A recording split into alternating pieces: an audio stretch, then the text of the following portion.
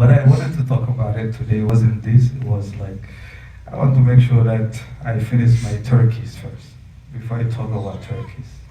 Because I can't talk about turkey if Imam himself still have the rest of the turkey in his refrigerator.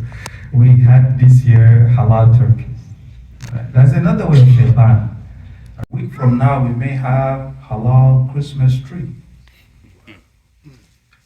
Yeah? Yeah? Yeah? That's how shaitan play with us.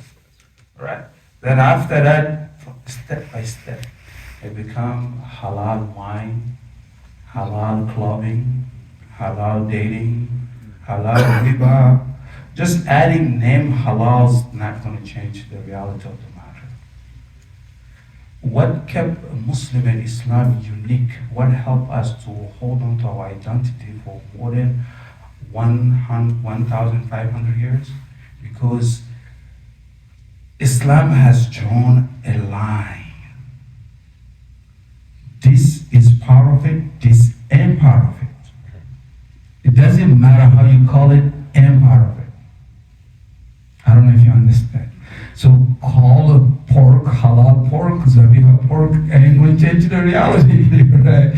So if we can have a turkey, don't get me wrong, turkey eats 11 months of year. Don't eat nothing else but turkey is okay. But in that one day, the Thanksgiving day, turkey is haram for Muslim. Yeah. It's haram for Muslim, especially living in America. I know it's a bold statement, I admit it, but hey, you know we can pray anytime we want, but when sun is going up, can we pray? When it's going down, can you pray? You know why? Because that's when Shaitan pray. That's when those who worship sun pray.